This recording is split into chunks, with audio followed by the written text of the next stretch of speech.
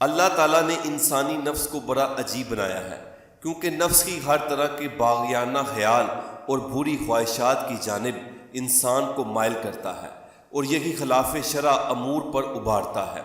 آرام و آسائش میں نفس متکبر اور مغرور ہو جاتا ہے اور نفسانی خواہشات کی جانب راغب ہو کر بڑا دلیر ہو جاتا ہے۔ غصے میں نفس درندوں کی مانند وحشت کا اظہار کرتا ہے اور جب بھوکا ہوتا ہے تو حلال و حرام کی تمیز کیے بغیر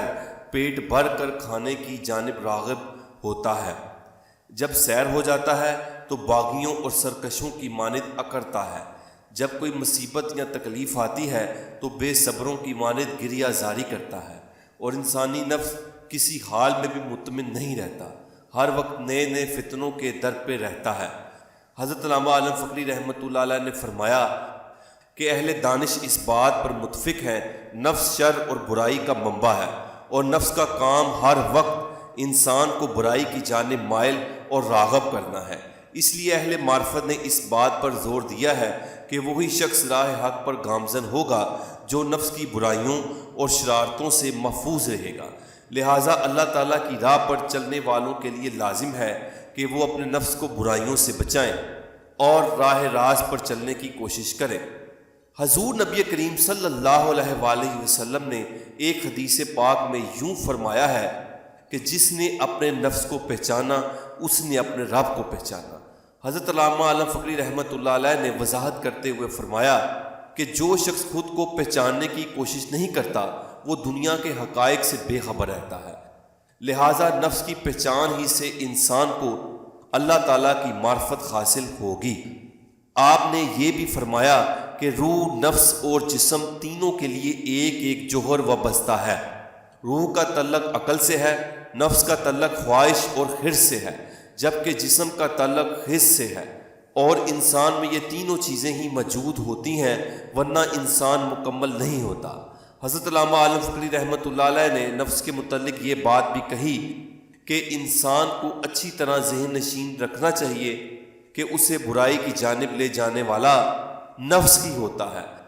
جسے شیطان اعلیٰ کار بنا کر طرح طرح کی خواہشیں اور وسوسے پیدا کرتا ہے، بے شمار امیدوں سے وابستہ کرتا ہے اور انسان کو دھوکے اور فریب میں مبتلا کر کے گمراہی کی راہ پر ڈال دیتا ہے، جو انسان کو نارے جہنم کی طرف لے جائے گا۔ لہٰذا دانش مندی کا تقاضا یہی ہے کہ ہر شخص کو چاہیے کہ وہ اپنے نفس کو شیطان کی پیروی کرنے سے بچائے۔ حضرت علامہ عالم فقری رحمۃ اللہ علیہ نے فرمایا کہ اہل معرفت جب راہ سلوک طے کرتے ہیں تو ان کے لیے ضروری ہوتا ہے کہ وہ اپنے نفس کی بری خواہشات کو ترک کر دیں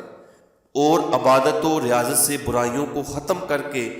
اپنی روح اور جسم کو پاکیزگی کی جانب لے جائیں۔ جیسے جیسے ذکر الہی میں کثرت ہوگی روح کو عرفان حاصل ہونا شروع ہو جائے گا اور بندے کی روح راہ معرفت میں آگے بڑھنا شروع ہو جائے گی، اور اگر نفس کا محاسبہ نہیں کرے گا